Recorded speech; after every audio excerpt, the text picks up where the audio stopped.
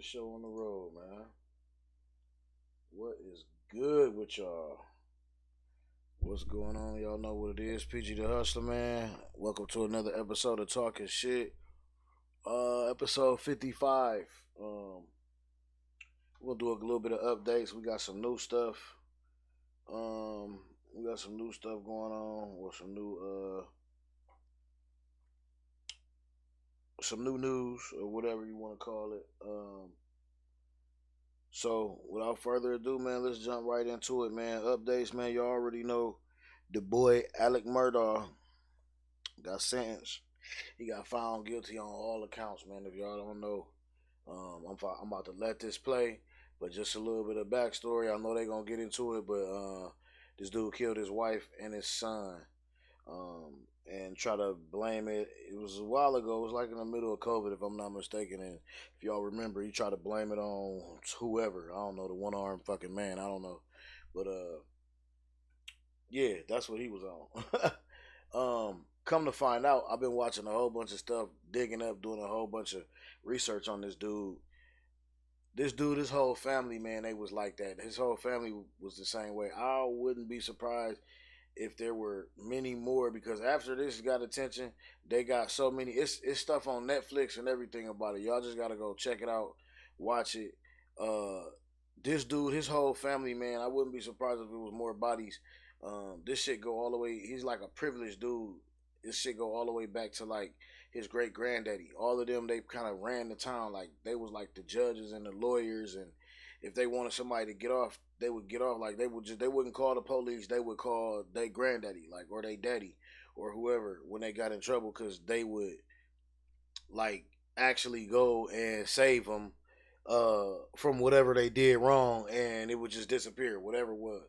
I mean, all the way down to like murder. So it's funny because once this case popped up, like 4 other cases popped up where people was murdered and people was missing and people died, like they killed their own housekeeper type shit, like on some goofy shit. Then collected the money. Then the nigga represented the son on like an insurance claim. Then took the fucking money. Son never got a dime. Like, this nigga's grimy, man. So y'all just check this out. Update: he got sentenced to life. His niggas never coming out. He gone. And then this dude, this son right here, is the last one left of these cats. It's crazy how that shit just unfolded. But y'all go check that shit out on Netflix, man. Murdaugh was at his father's trial every day. The unmistakable red hair, hard to miss. Guilty verdict. Now that Alec Murdaugh has been sent away for life for killing his wife Maggie and youngest son Paul, his oldest son is the only member of the immediate family left. But he's not entirely alone. Buster's world will never be the same. He does have a very loving family and support group. I can't even imagine to lose everything in your life that you've known. Everything in your life that you've ever known. And it is all happening under a relentless spotlight. On Sunday, according to a police report, Buster Murdaugh called the sheriff's office, telling police he observed a suspicious gray Dodge Challenger outside the residence. Buster's girlfriend said the couple was being followed by the media. How does Buster feel about your guilty? But police can do little about the attention that grew intense during the 6-week-long trial, especially after Buster took the stand in his father's defense, describing the moment he learned Maggie and Paul were dead. I was in shock. What kind of condition was he in? What was his demeanor? Yeah, his demeanor was, he was destroyed. He was heartbroken. I walked in the door and saw him and gave him a hug and just broken down. When the verdict was announced, Buster put his head in his hands. But a bystander outside the court suggested there was even more trouble ahead, as Alec Murdaugh was escorted away by police.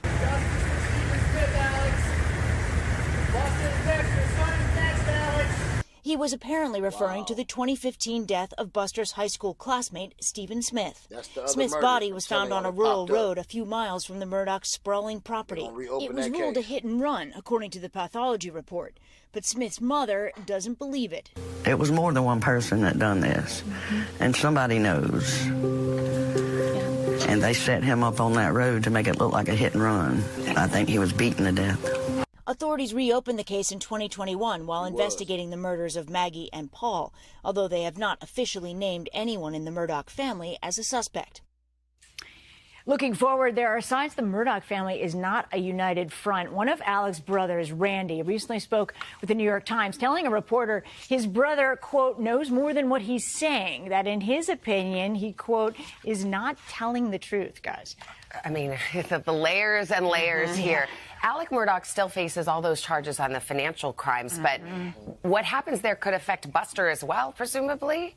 It could potentially, and it's a little unclear what Buster's financial situation is going forward. But if it's any indication, we know that Alec Murdaugh had that staged murder of himself that failed, that he also faces charges, according to his attorney, and his hope was that after his death, his son would get those $10 million from a life insurance policy.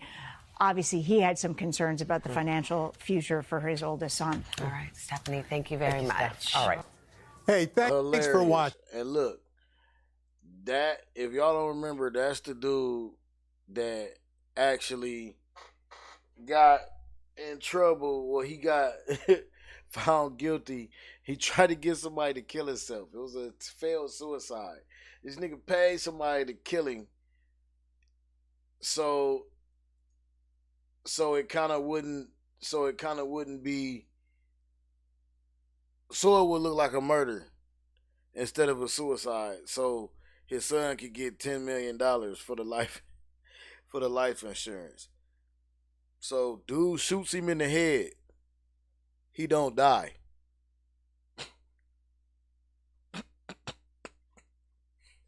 You got to be a dumb, man, listen. I ain't even finna touch that. Anyway, that shit silly as hell. That's just a little update for y'all, man. The dude got life. He gone. Shit, man. They opened up a whole bunch of other stuff. It's a real interesting case. That's why we bring it up. That's why I bring this kind of stuff up to y'all, man, because that's a real interesting case, man. That shit is crazy. It's a real interesting story, period. This shit go back at least 40 years. This shit go back 40 years at least, if not more. Man, I just can't imagine how much shit they got away with as a family before technology, bruh. Like, that shit is wild.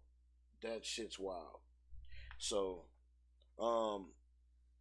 anyway, like I said, y'all go check that out. They got the actual kids, everybody involved on there. It's on Netflix. Go check that shit out. I forgot what it's called. Something about Murdaugh. You'll see the name all over. Big red face on that shit. You'll see it. Moving on to the next update. The Michigan State. I guess this is an update. I'm not sure what's going on here, but I think it's an update. If it's not, I apologize to y'all. Like I said, I just got sent these from production, so I didn't, I don't proof no video, so. Oh my God! Chaos as Michigan State students run for their lives. You want to get something in front of the door? A mass shooter is stalking the campus, and emergency social media blasts tell thousands of students to run, hide, fight. The drama began at 8:35 p.m. at Berkey Hall, where students were attending evening classes. Have an active shooter at Berkey Hall and MSU's campus. As police flooded the ground, surveillance cameras caught the gunman striding toward his next target, the Students' Union, less than a half a mile away. Sounds like the shooter is currently in the Union building. He was stalking the campus in a baseball cap, mask, denim shirt, and those distinctive red sneakers. This surveillance photo shows him in a stairwell drawing his gun. We all were like, yeah, but we're not willing to die here, so we need to find a place that's going to make us feel safe. You can see graduate student Graham Diedrich and others barricading themselves inside the library. How'd you know what to do in that situation? As Americans, we're taught in our schools to barricade ourselves in, you know, like we're taught from a young age, like at school there's a possibility that someone's going to come here and kill you. But for Just moving those here, tables and those shelves into those locations, it was just kind of second nature, like something just clicked. This Michigan State student, Shannon Watts, was wounded in the Sandy Hook Elementary School shooting 10 years ago in Connecticut. The fact that this is the second mass shooting that I have now lived through is incomprehensible. The search went on for 3 hours. Police distributed this photo showing the wanted man. It was a caller's tip that led law enforcement to that suspect. Finally, at 11:35, when police cornered him in Lansing, he shot himself. He was identified today as 43-year-old Anthony Dwayne McCrae. Police confirmed a note was found on his body. We're also learning about the 3 students who were killed. 19-year-old Ariel Diamond Anderson. She had her own YouTube channel. The sophomore is beloved for her compassion and love of children. She dreamed of becoming a pediatrician. 20-year-old Alexandria Verner was a biology and anthropology major. Alex was a standout basketball player in high school, number 24. She is remembered as a terrific student and leader who personified kindness. 20-year-old Brian Frazier was a sophomore studying business. He played lacrosse and worked as a lifeguard. His family described him as the light of their lives. Didn't get a lot of sleep last night, sorry.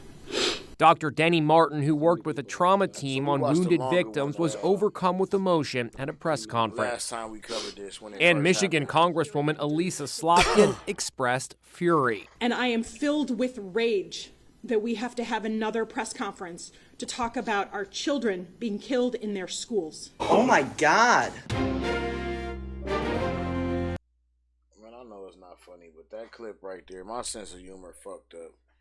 And rest in peace to everybody, but that clip right there of that kid saying, "Oh my God," like that shit. Somebody's going to I've been on the internet long enough. Somebody's going to take that clip and do something funny as hell with it, like, or do something like you're gonna hear it in a minute. That shit's funny, man. That situation is very not funny at all. Like I said, I'm still trying to figure out if they're gonna ever release like why he did. You know, we don't know, we can't know, but I want to see if they're gonna release that note or the contents of that note.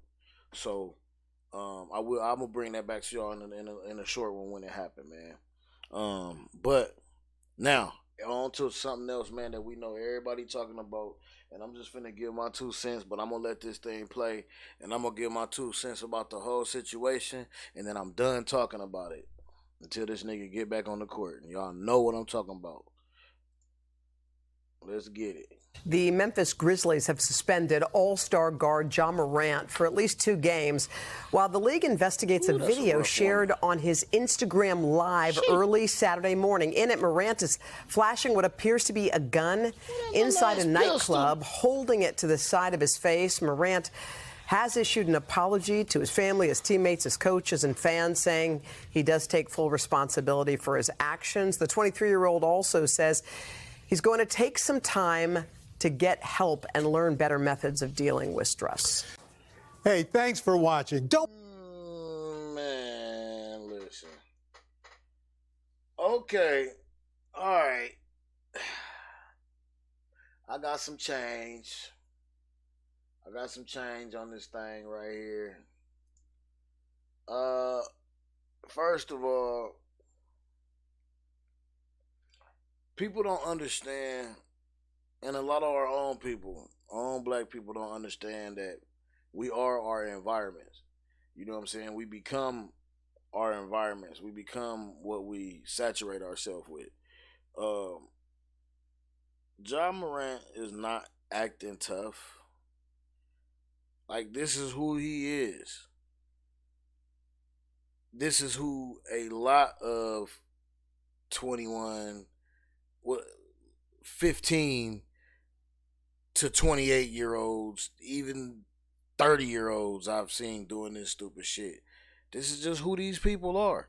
This is what they do. This is what they use. They do this kind of silly shit on social media, and this is what they is. But people gotta understand the positions that they are in when they get to them.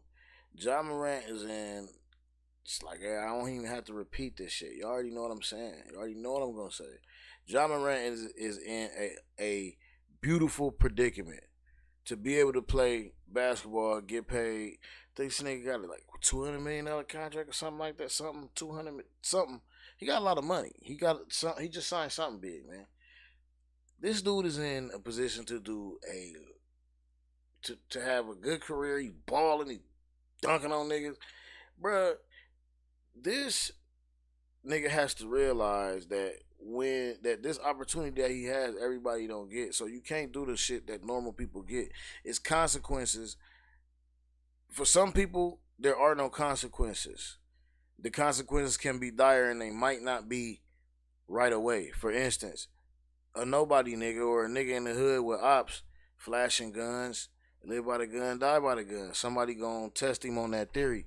Somebody gonna be quick to whip out on him, or somebody gonna have a problem with him, or whatever. That shit might resonate later on down the line. Nobody's really looking at that. But as a public figure, as somebody who's you on TV 4 or 5 nights out the week live and playing games, and you on commercials and all over YouTube, you everywhere. You a celebrity. There are dire consequences for you. The ruler is stretched on that. When you get paper like that, the ruler is stretched on that. And when you in a position to where the paper is quote unquote not your own, like I'm not saying that to diss nothing like that, but I'm not saying that to speak down or none of that shit. I'm saying when I say it's not your own, I mean he didn't necessarily go and build that money and make that money to the point where he can tell these motherfuckers, no, you can't take my shit. You can't take this shit away from me. Understand? He gets a check to play a game that he loves, that he signed for. That means he still got a job. That means he's still at work when he's going. And no matter what the paycheck is, it's still a fucking job. Just because you work for $20 an hour and he worked for $200 million a year, or for 4 years or for 5 years, it makes no difference. They're still working for somebody. You know what I'm saying? You're still working for somebody. Now, it's a lot of things that you can do when you make your own money to where nobody can take that shit away, to where people is buying stuff from you. For instance, like people like Burner, like shit like that. Like he's self-made, he made that shit himself. He could do whatever he want. He don't even do shit like that. But I'm just saying, when you in the public eye, there are things that you cannot do as a regular nigga. You're not a regular nigga no more. You might have regular nigga in you. It's always gonna be in you, but you not a regular nigga no more. All that silly shit, you got to cut that shit out. And these are just the things that teach these young boys that this shit is silly. That kind of shit is silly, man. So hopefully he learned his lesson. That's my little change on that, man. Y'all can take it or leave it. You know what I'm saying? Agree, disagree, I don't give a fuck. Cause really it don't matter. It don't make no difference to neither one of us. The only person suffering here is Ja. So, I mean, and I hope he get everything back on track, man.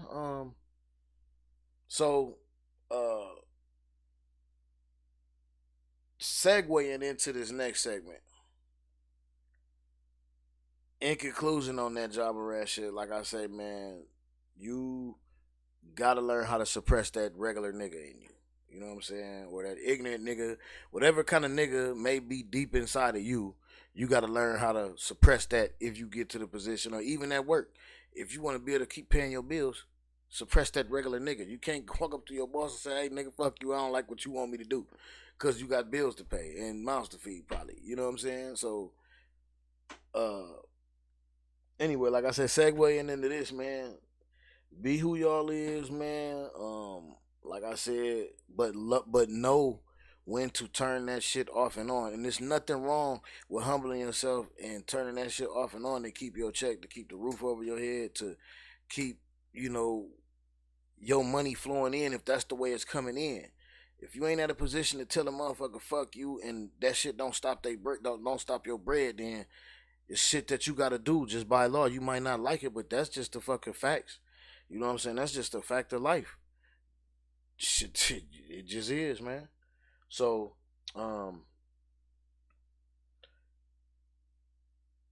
segueing into this, man, we all know we had covered some stuff I had seen, the Shay Shay Club, Shay Shay with Rickey Smiley.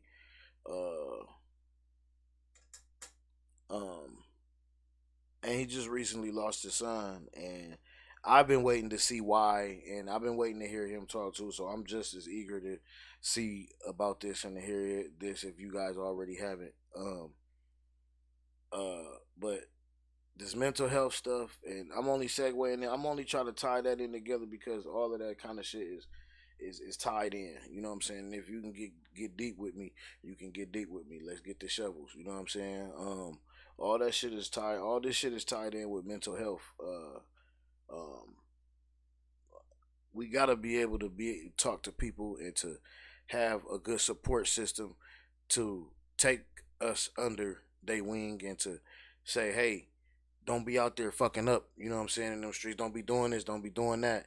You know what I'm saying? And this guy we getting ready to talk about next has done this for many children in his family, for many young cats. The same type of stuff and the same type of tough love that I feel that Ja Morant need, as far as just letting him know, hey, just be who you is, man. Just make this money, suppress some of that shit, keep that shit down. Like, you know what I'm saying?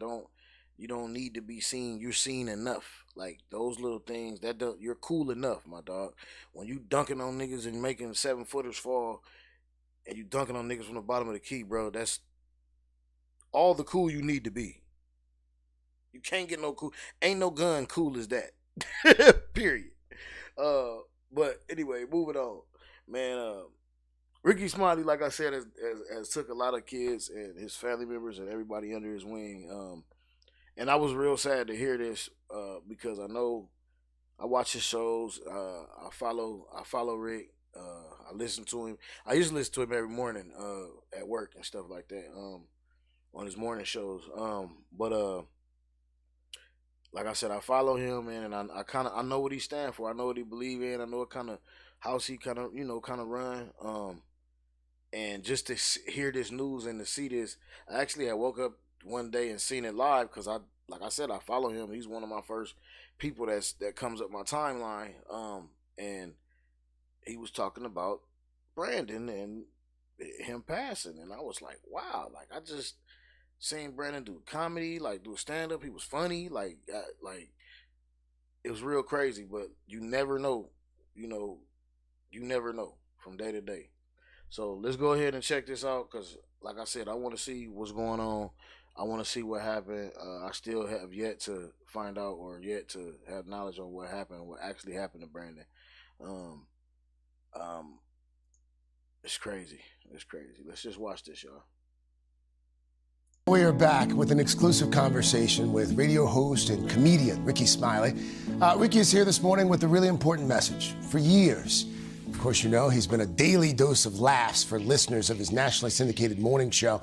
Well, today, Rickey is speaking out on television for the first time about his son, Brandon. Brandon died on January 29th, and his dad is here this morning to talk, first of all, about how he and his family are coping and about some important warnings for parents as well.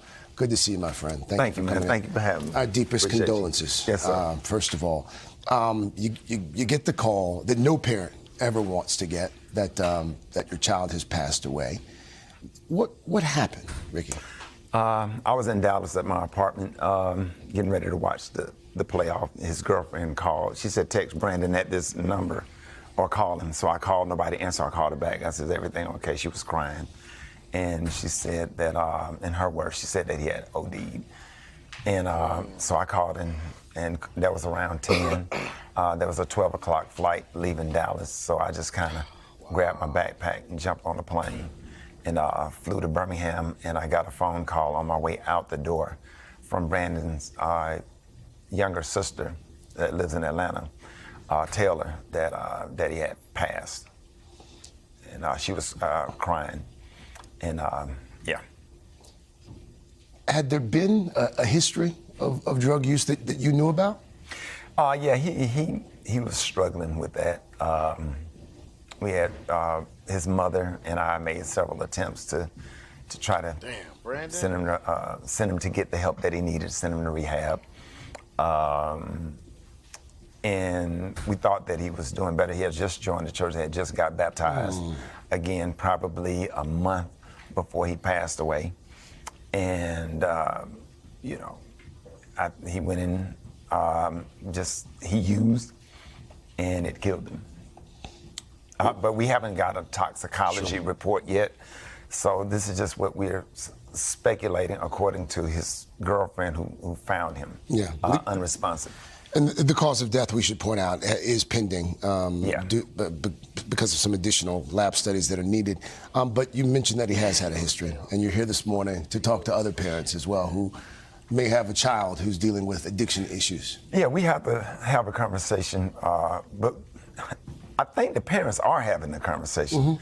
The problem is getting the kids to listen to what the parents are saying. The parents are having these conversations. Some of them are uncomfortable, and we just assume that if you're in a good school district or you're in a gated community or everything's going good, that these kids are not, doing drugs. You don't have to be in the hood, to succumb to drug abuse. So Brandon, we had been talking to him for years. I don't know why. I don't know how. His mother is clean and sober her whole life. She lives in Atlanta with Brandon's bonus father. And myself, we are all clean and sober. And I just don't, I don't know. I hate it. What was he like for folks? Fun. For folks who didn't know him. Yeah, fun, funny, always the leader, always the prankster. This picture right here, I was surprised him that weekend, took him to Busch Garden that weekend on the plane there. We were flying out to LA when I was taping BET Comic View, graduation. He was a great kid. He came to live with me at the end of his 8th grade year. I wanted to, have an opportunity to see him into his manhood. And probably about 11th or 12th grade, it started getting bad or whatever. So I thought I had control of it. Took him off to Alabama State University. Then I sent him to the University of Alabama. After that, he started doing comedy. He started doing stand-up comedy. He wanted to be like Dad. Yeah, he was getting, he was doing some stuff with Roy Wood Jr. from Saturday Night Live, who's also from Birmingham. He had some wonderful opportunities. I had him on stage when he was 7 years old. He wanted to perform. Just a great kid, a lot of life. Every amusement park in the country, he loved roller coasters. A lot of fun. Rickey, you've been making folks laugh for decades now. One of the funniest folks out there. How are you? How are you holding up in this moment? I just have to. I'm doing good. God had kind of gave me a sense that that I'm shocked but not surprised. Or whatever. I understand what's out there. Yeah. I understand what's going on, and God just kind of showed me some things. So I was deep inside kind of prepared for it, But at the same time, when it happens, you can never be prepared because that's your child.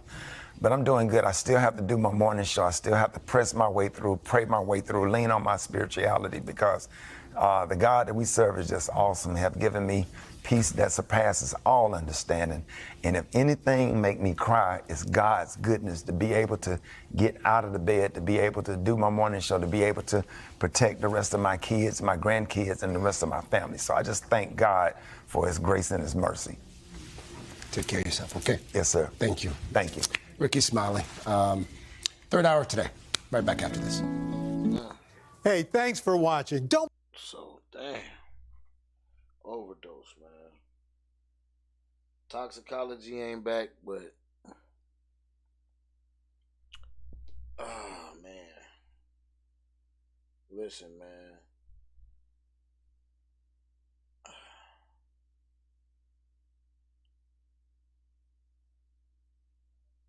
It's kind of crazy.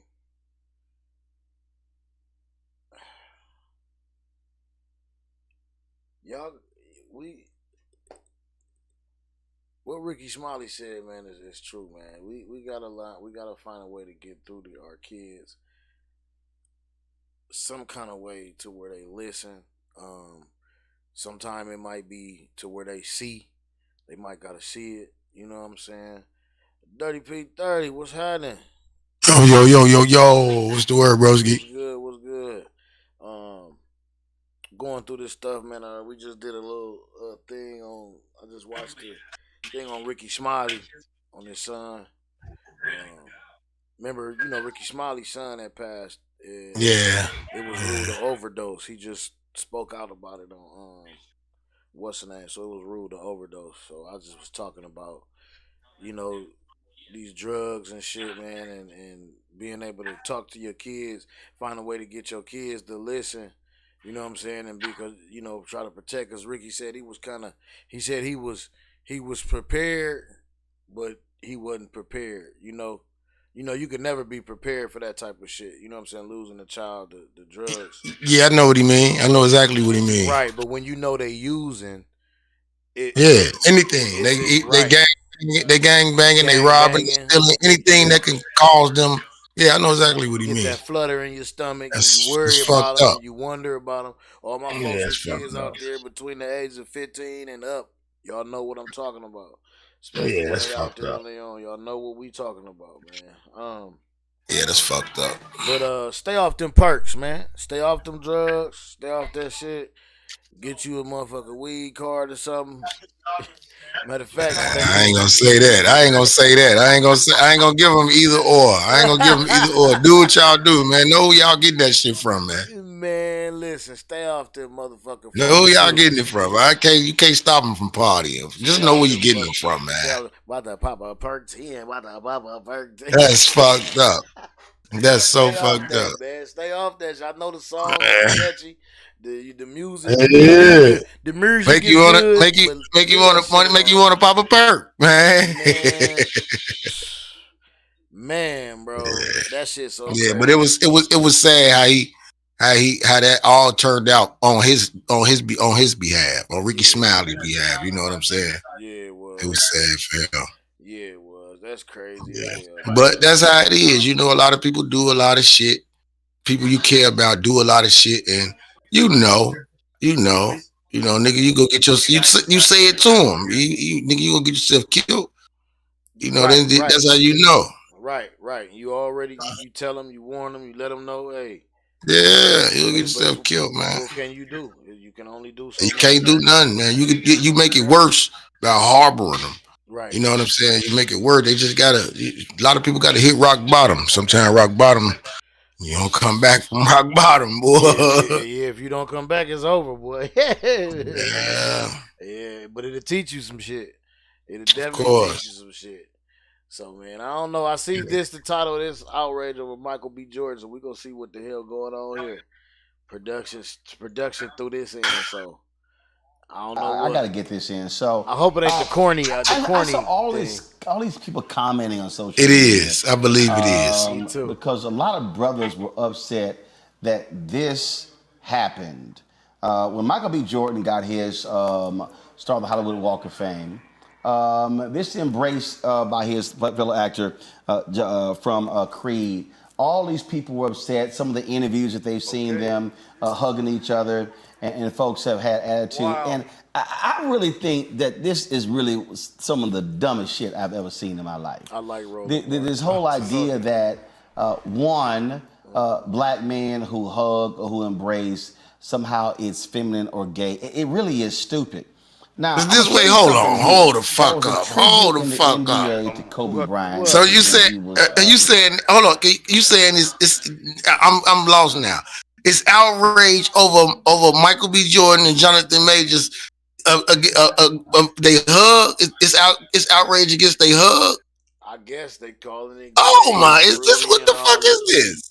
I'm watching just like you watching, dog.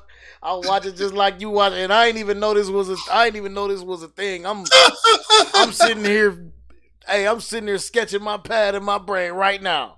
Like these motherfuckers crazy. I just met you in. Yeah, like this, like nigga, these niggas did a movie together. This getting a walk. Everybody don't get. Look how young this nigga is getting a Hollywood star, bro. Yes, man. That is an man. accomplishment, bro. Like, damn, man. Like, what group you started this shit? Who, I'm confused. I don't know. Like, who started this? Like, like he said, it's the dumbest shit the ever. Dumbest shit ever, dog. Niggas would get up in an uproar about anything. I swear. Niggas would get in an uproar about any fucking thing, bro. He died in a helicopter crash.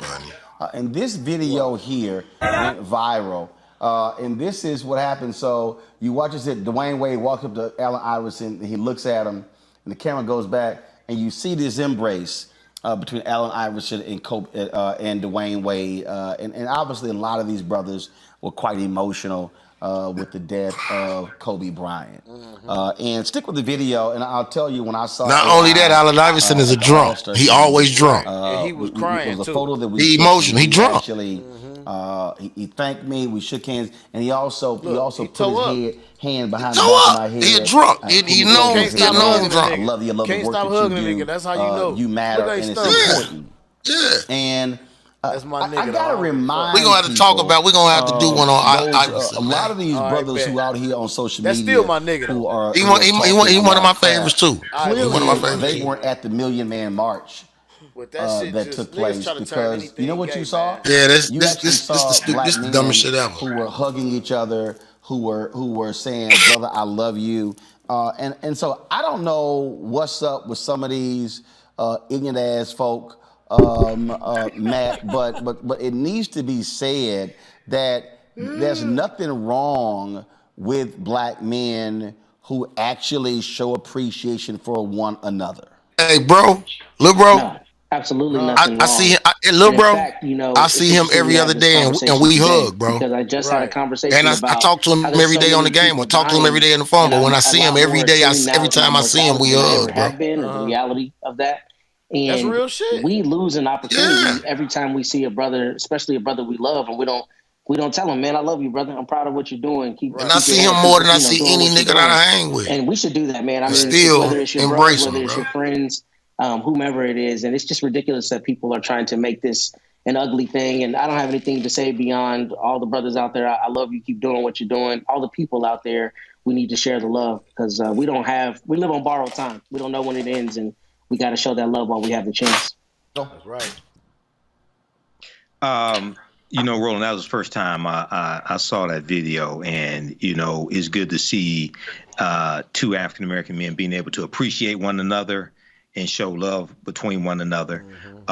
They show love in hip hop. They show love in the sports world, things like that. Some of the black social media grifters, they may have been trying to tag on to the backlash that Jonathan Majors is getting from his photo shoot on the cover of Ebony magazine or Digital Ebony, what have you. I saw it, wasn't a fan of it, didn't comment on it, wasn't going to waste time commenting on it. But this right here, we need to see more of that. We need to see more brothers embracing each other and showing love and admiration to one another as opposed to speaking negatively about each other and killing each other. Y'all hear that shit? I disagree though. What, you think we supposed to be out here killing each other? I agree what he's saying, but I disagree when because he's saying that it don't happen. Like brothers don't embrace brothers like that no more.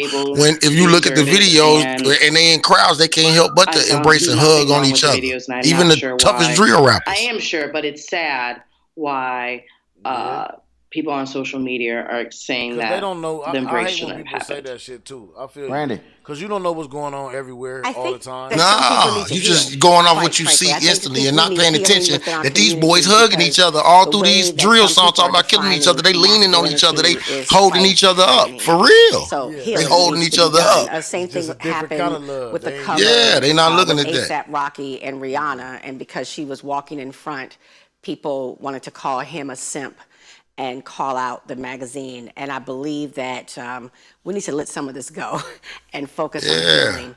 Because it scares me that people would think that there's something wrong with two men showing genuine love and affection for one another.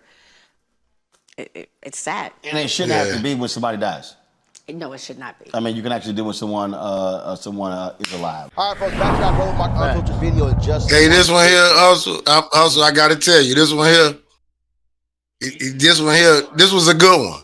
Cause it was, I'm totally like that. I just don't even pay attention to that kind of shit. Them called haters.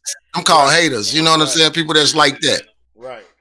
And it's funny because like the whole internet and social media and a lot of these platforms where you get to just speak your mind. Like Instagram ain't really too much because it's mostly just pictures and shit. But like these Twitters and motherfucking Facebook and shit like that, where you get to write these long fucking paragraphs and speak your mind and get on here and talk for a half hour about what you think is this and that. Like all these motherfuckers, like all they do is really tune motherfuckers up. This motherfucker follow this motherfucker, that motherfucker follow them, and follow. And that's all they fucking do. And that's it. They thought patterns become the same. They thought patterns become alike. That's a recipe for what you just explained is a recipe for that shit there. Yeah. That's it. Yeah, that's exactly how that shit go. Man, that shit is so crazy. That shit is like a whole plague, man. It's a cancer. It's right. Real. It's bad. Right. And people don't even realize bad. It. They be stuck in it and don't realize it. I always see people like, and I be watching. I don't really give too many. I give opinions on everything. I like to use this platform for my opinions. You know what I'm saying? So I didn't like. Really, I don't comment on a whole bunch of shit. You know what I'm saying? I just watch shit and watch how motherfuckers be talking and shit like that. I be hearing motherfuckers contradict themselves all the time. You know what I'm saying? Because maybe at this time, these motherfuckers ain't talking about this. You know what I'm saying? Or these motherfuckers ain't talking about that. Like they talk about this right now, you gonna be on that. And then next time they basically find somebody else motherfucking jock the ride. You know what I'm saying? It's all like some it's Meat Riders Central. You know you know what I mean? That's what it seemed like, dog, on some real. It is. Whatever the next person do. Yeah. I was sitting up listening. I ain't gonna mention no bloggers on your platform, but I was sitting up listening to a guy last night. He pretty popping. He popping. He busting. But he really go on there and speak his mind. And he was saying almost the same thing. Like he was saying almost the same thing. Like he was really talking about an incident where a famous rapper, some people had videoed themselves going on the internet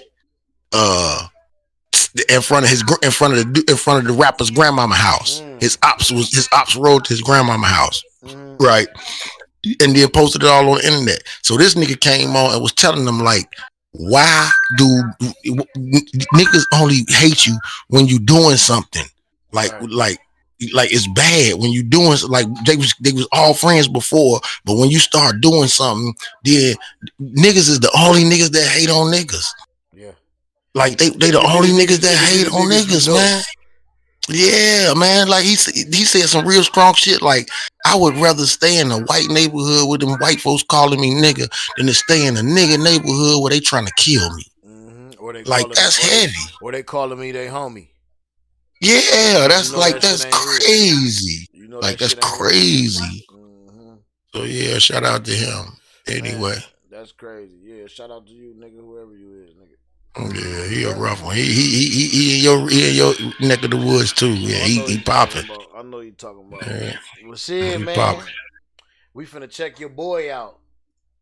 Oh shit! Wisconsin, a car dealership is facing backlash after Rashad gonna start desecrated a viewing this shit, watching this shit, man, with bodily fluids. And I'll right, just give it to you straight. He peed on her driver's license in retaliation. So the incident occurred at the Kenosha location. Wait a minute. Employees desecrated a black customer's driver's license with bodily fluids. And I'll just give it to you straight. He peed on her driver's license in retaliation. So the incident occurred at the Kenosha location of NH Auto Sales niggas up LLC. there. That's right here.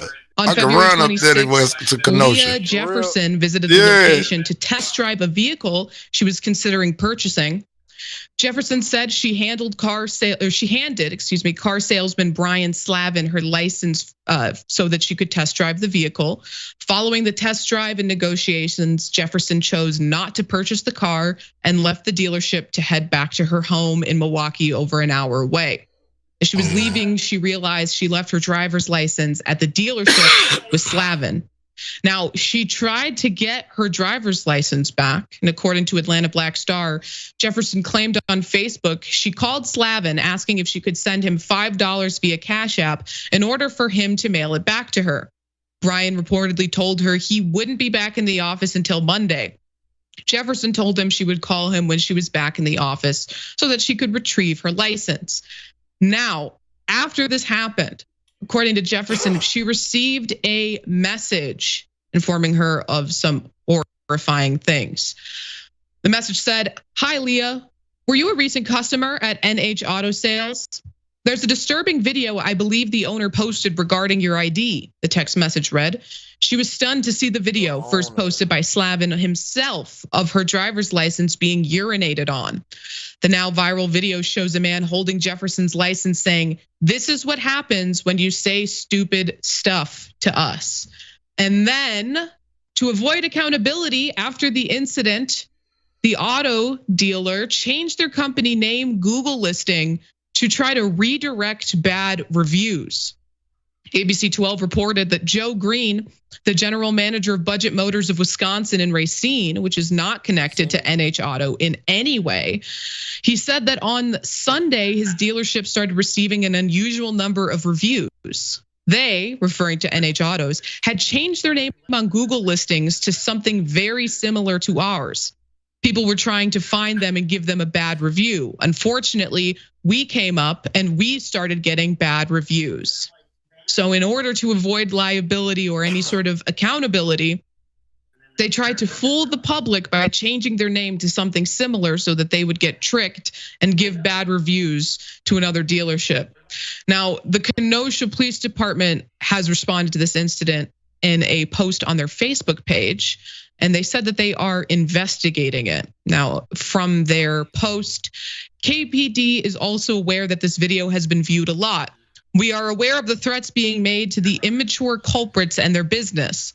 While we can understand that viewing this video causes emotional reactions, we cannot and will not tolerate any acts of violence towards those responsible or associated with the business," despite the fact that they just downplayed the severity of what happened by referring to the individual responsible as just immature. Now, Jefferson, the woman who had her license desecrated, said that she's received a lot of support online since sharing her experience. On February 27th, Jefferson wrote on social media that Budget Motors of Wisconsin has offered to gift her a free car, and another local car detailing business offered her free detail service. Now, I want to remind you that Budget Motors is not the auto dealership that Slavin worked at. It's not the dealership that she went to test drive the car. It's the dealership that's name was similar to what there's a lot of bullshit going on in this story. Their name to, that was receiving unwarranted hate. Now, they've stepped up and they've done a decent thing by giving this woman a free vehicle. NH Auto Sales has taken no responsibility and no accountability, despite the fact that their own employee posted to his own Snapchat, not just a video of him urinating on her ID, but a video that contained a complete clear image of her ID and all of her identifying information on it. I mean, this is ridiculous. I mean, I'm glad that she's receiving the support, but I'm mortified that this dealership is doing nothing about it, seemingly. Jackson. Well, first, it's like you got to put yourself in this guy's mind, you know, and it's like, at what point did this make sense? At what point was this the thing to do? Let's say you didn't get caught up. Let's say no one ever saw it. This nigga named Jackson White. And look at him, Jackson. This is what happens when you call it. Want your license back? Don't you want your license back? You know, because no one needs those things. You know, we don't need identification to do anything as adults in this country. And then the other thing you got to think, it's like, obviously, you know, the NH Auto Sales, they handled this absolutely horribly. But like, as whoever manager, owner, whatever it is, the person in charge, like, what's going through your head when you discover that one of your employees has done this? like, how do you even have that conversation? It's just, this whole thing is ridiculous. But, there's a lot of people out here who really aren't well, and they'll show it through little incidences like this. Things like this often go unseen, or maybe they're not at work doing it. But I don't think a mentally stable or healthy person would do something like this. If someone called and wanted their credit card back or their license back or whatever it is, it'd be like, oh, okay, sure, I'll get it back to you. But, you're that mad that you have to do your job, apparently. Yeah, truly disgusting. And it seems like he was aggrieved that she didn't buy the car she went to see. But as a used car salesman, you have to see that like 50 times a day. Not everyone who comes in and test drives a car is going to buy it. So, hopefully he's fired. I will say, when I first read the story earlier this week, I went to try to find information about NH Auto Sales, and I actually encountered the same problem, that I couldn't find them anymore when I was Googling them, and I couldn't find their Facebook page anymore because they had changed the name. So they're clearly trying to avoid accountability. Hopefully this police investigation helps circumvent that so that it can actually be held responsible for what they've done. Now, let's put up the. That's just fucking nasty. Now, go ahead. Let me hear you. No, that's all I got to say is that's just fucking nasty. Okay. What you think triggered that whole thing, ordeal? Like, how do you think play by play? Because they skipped over. They kind of like threw some shit over our head. If you pay attention, they threw some shit over our head. Okay, so she went in for the car. She went in and test drive the car. She didn't like it. She didn't want it. She left. She forgot her license. She realized she ain't have it. She from over an hour away. She called and said, "I need my license. I can give you $5 if you send it." So he probably. Whole thing. Go ahead. The whole thing is, for once, she didn't like it. She didn't like it. She didn't like the car. So and when she left there and left her ID, whose fault? Whose fault was that? Like, who's at fault for her leaving her ID? Because she was probably upset. It had to be the dudes. How? She upset. She upset and she just left. She didn't like the car. And then not only that, listen, that man said in the video when he was pissing on her ID, which is sick. He crazy in a motherfucker. He need to be beat up. But when he's pissing on her ID, he said, this is what you get. This is what happened when you talk shit to us. When you say stupid shit, yes. Yeah. So look. So it's a lot we don't know. It's a lot we don't know. No, we know. That still don't give him the right to piss on that lady's ID. But like still, we don't know what triggered that. Right. So what I was finna get to, like when you what I was finna get to is the nigga in me is telling me that, like you said, she went in there, she didn't like the car. They probably try to say, they probably tossed her a stupid ass payment. Man, they probably they probably gave her they probably was giving her the best deal in the world, and she still kept going. And she was like, nah. She was like, I ain't with that shit. She probably had an attitude. She probably was rolling her neck and doing all of this. Not enough for him to say you doing. Not enough for him to piss on her ID and say you saying stupid shit. Anything could have triggered him. He could have been sensitive like that. He could have been. I believe she was fired up. The nigga in me tell me that she walked out of there and left her ID. She went in there. Now hold on. This is why I say his fault, because if I got your property, as soon as you come back, I'm only on the technical side. Yeah, that's right. The technical side. If I'm a dealership and you're a customer, as soon as you come back with that car, I'm supposed to give you your ID back. Yeah, there you go, man. Your ID is only for me. It's just collateral for unless you steal that car.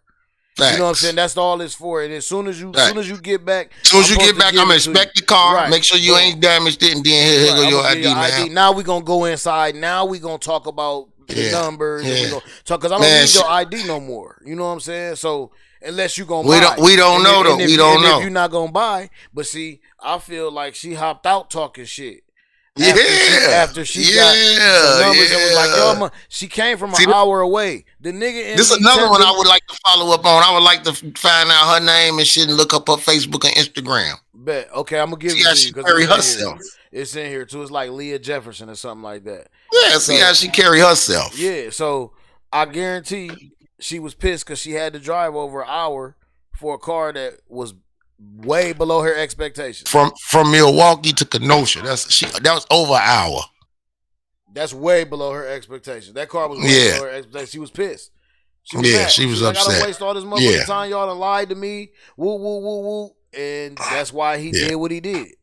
But like you said, he ain't got no reason to do what he did. No, he had no reason at all. That's why I say technically it's her fault. I agree with you that it's her fault for leaving her shit. Because I would have been standing there like, give me my motherfucking license so I could go. Hell yeah. You know what I'm I would have cussed him out about my license, especially if I ain't like the car. That right there tells you that she was hot, like you said. That right there tell you that she was hot to the motherfucker. She was mad. She was just moving fast. She was moving. And this ain't doing nothing. This ain't discriminating black women or none of that.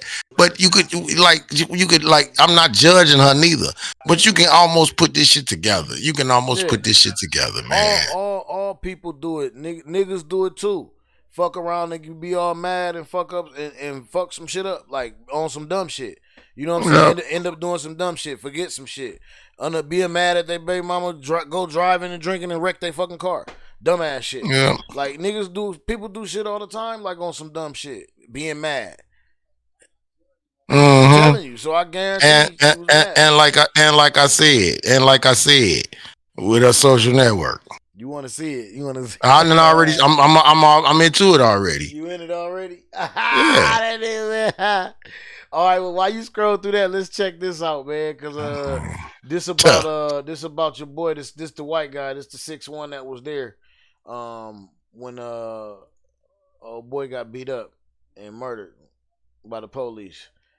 You have a departmentally charged individual who has been fired. The Memphis PD has fired Preston Hempfield following the brutal beating and death of Tyree Nichols.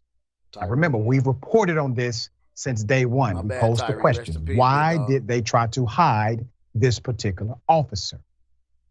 There's a lot of background here.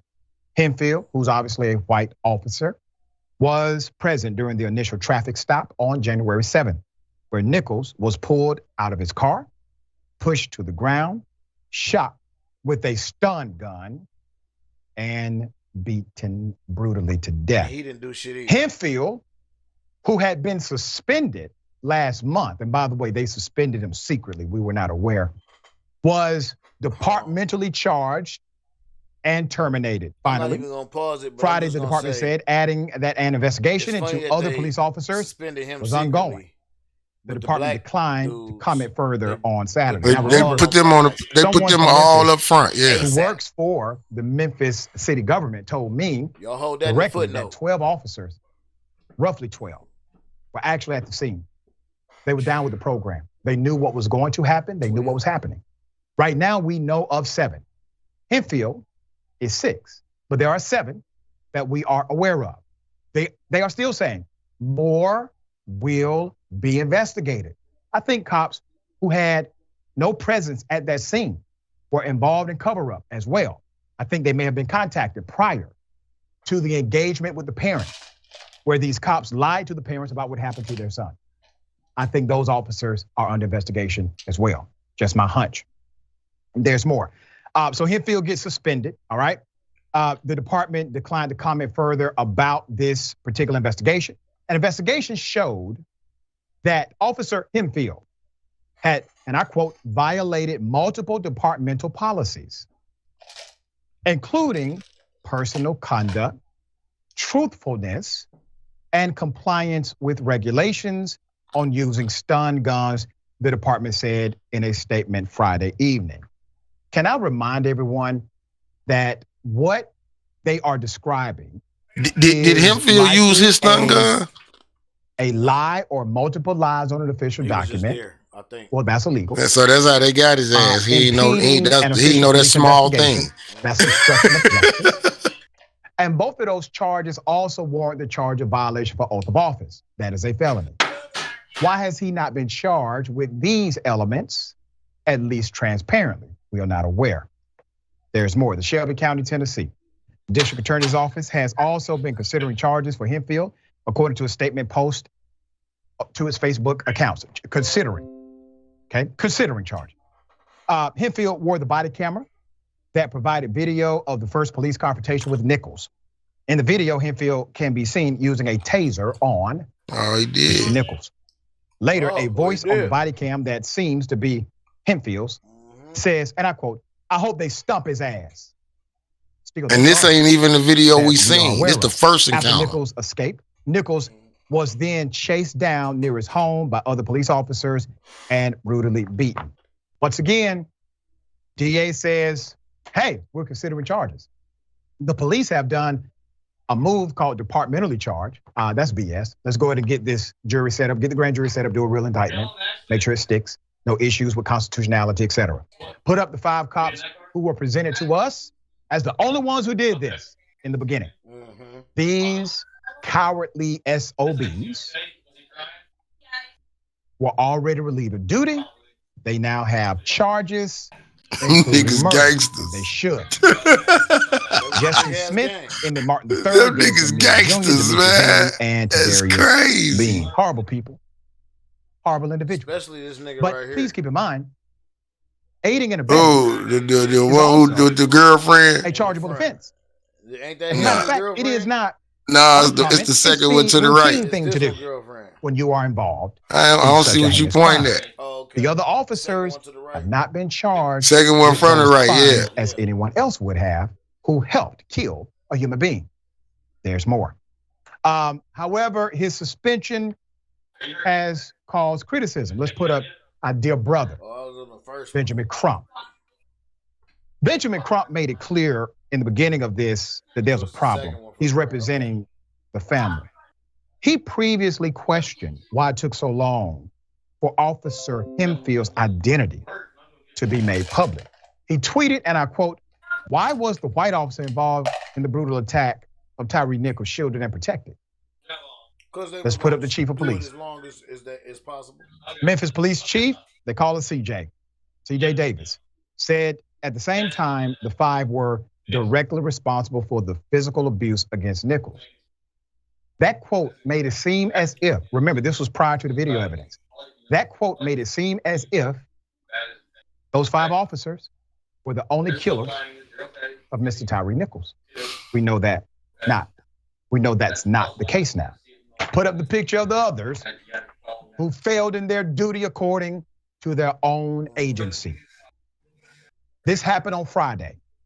A state medical director board has now suspended the license of 2 former Memphis Fire Department employees who waited damn near 20 minutes to treat. Damn!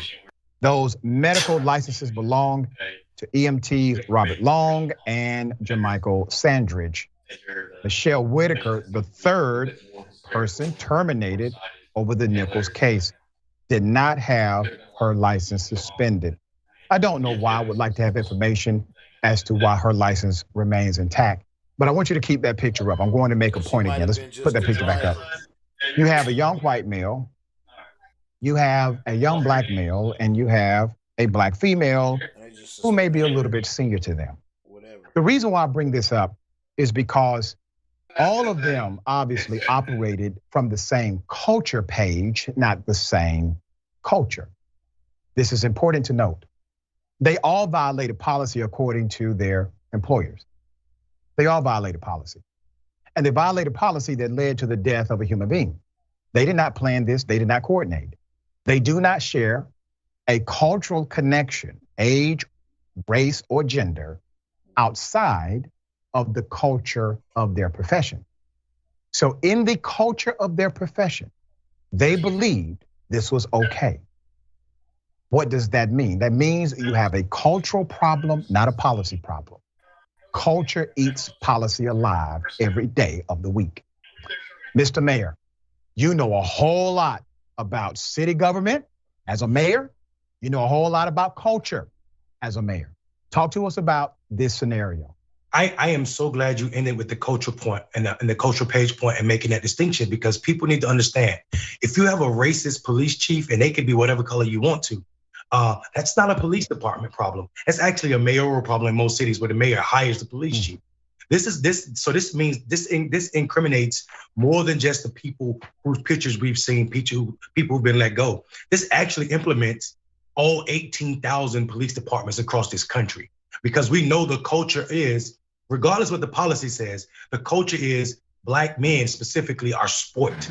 Killing black men is sport in this country, and less than 1% of officers who's acted that way have been charged criminally and convicted. So we know that these people weren't doing anything out of bounds as it pertains to how American police black men. The idea that you can kill black men. See, so why is we so hung up on our culture? Seems like par for the course for these people. If you look at their track record, even though the Memphis department is trying to code it and cover it up, all of them that's what they saying. Like they saying like the world revolves around. He's saying this. The world revolves around our culture and not how the policies go. You've probably been killing people that have been complaining about police, not just in Memphis, but all over this. He's saying culture period. Culture period. Like even the police culture, like it's more of a it should not be a culture to police work. It should not be a culture to police work. When they were lynching black people, mostly black men, between 1869 and then the mid 19th century, 20th century, we saw about 3,500 black people killed. We got this right? blue line. That's about 41 people per year. That's what I mean by why is culture such a big thing. You're talking about 271 people per year between 2017 and 2022. So the lynching of black people is culture in this country, regardless of the race. Because niggas start wearing the word culture. We start throwing the word, loosely throwing the word culture around. In everyday policing policy, I should say culture in this country. Very well said, Mr. Mayor. And I'm glad you brought up the point about policing and the origin of it.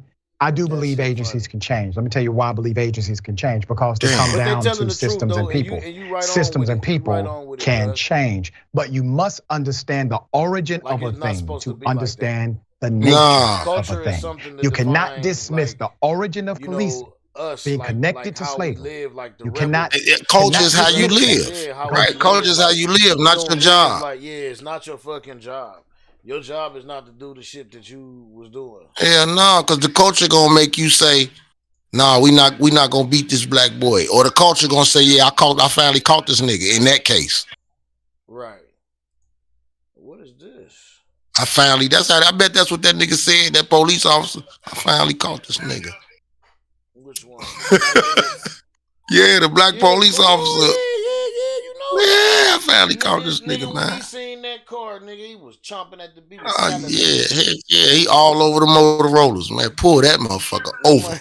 What my nigga tried to say, man, jaws was sweating. Pull that motherfucker over, man. Let me get that, man. I got him. I bet that's what he was saying, just like I'm saying it too. Yep. Goofy ass nigga, man. Slobbing at the mouth, going, get it. What? What? Like Clarence Williams. You want the shit? Got this. I got this nigga. Got this. He fucking my bitch. I got this nigga. Right. You know it. Sweet revenge. That's what he was thinking. That's what you get, motherfucker, out of a job, nigga. Man, he out of his life over with, right, man. He going to jail, yeah. It's over with. Yeah. Because they ain't going to do him like they do them white folks. This case finna be fast, nigga. Boom, did it. Y'all niggas did it. Boom, boom, boom. And then the prosecutors, the complainants, the boys' family, whoever their lawyers is they know what they doing to get that money, because they steady going after everybody. They going after so many people. The more people they get convicted, the bigger the lawsuit. Yep. They done went all the way to the fucking EMTs, man. Them boys is probably told to stand back. You know what I'm saying? They all the way down to that. Facts. They probably was doing what they was told. Yeah. Them boys was probably told by them Scorpion niggas, man, y'all stand back. Hold on, we got this. You know this is he alright. He alright. Yeah, he cool. He's fighting. We fighting him. He cool.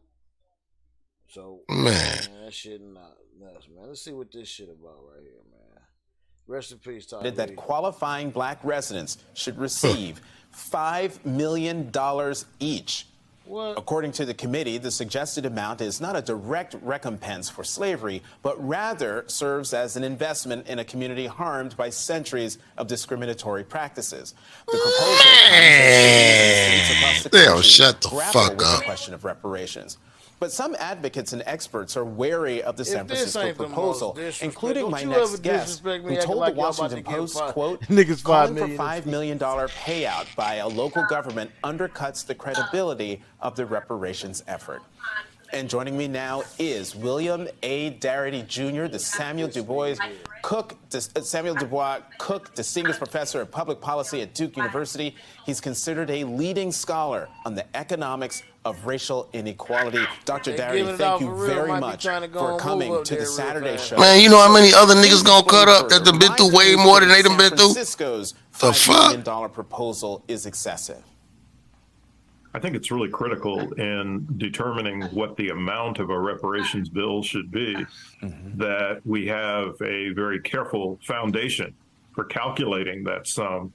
And I don't believe that there's been any serious explanation as to how the San Francisco task force came up with that number, that figure.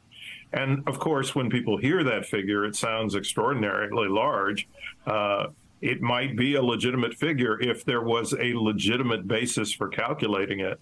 It's not consistent with the ways in which Kirsten Mullen and I have attempted to calculate it in the work that we've done in our book, From Here to Equality.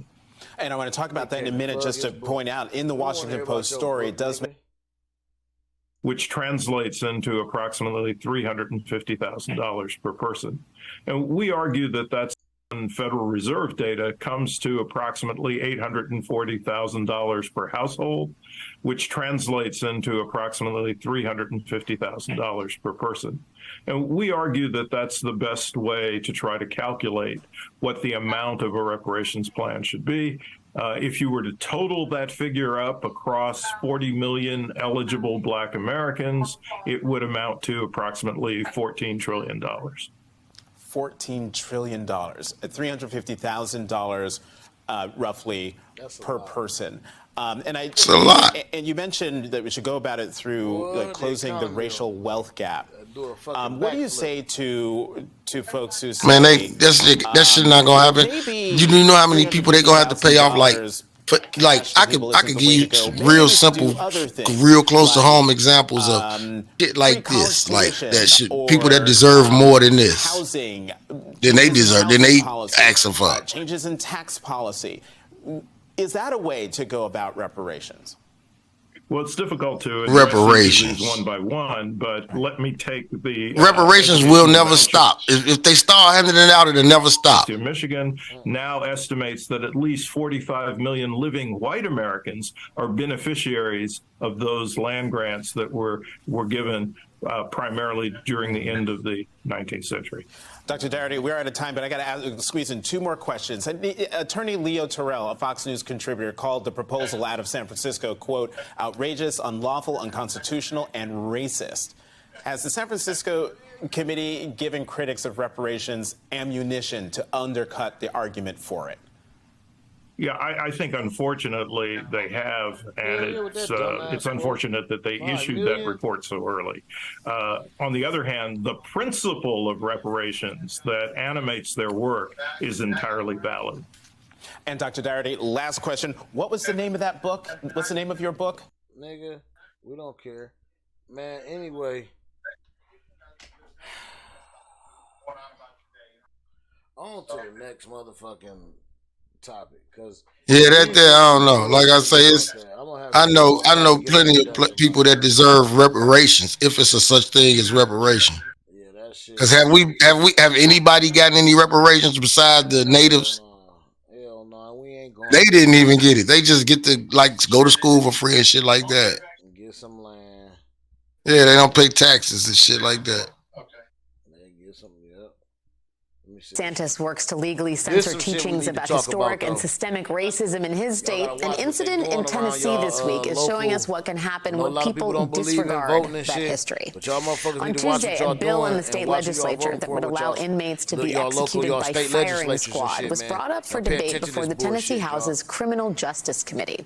One Republican lawmaker, State Representative Paul Sherrill, expressed support for the bill, but felt it didn't go far enough. Want to get out and put your paper on some shit that y'all I was think just don't matter. wondering about, really do matter. could I put an amendment on that? It would include hanging by a tree. An amendment to allow lynchings as a method of state-sponsored execution. You heard that, nigga. Representative Sherrill either somehow didn't know this history or chose to recall it on purpose. What the fuck is this in here? the States killed more than 2,800 people, about one person a week, between 1882 and 1930.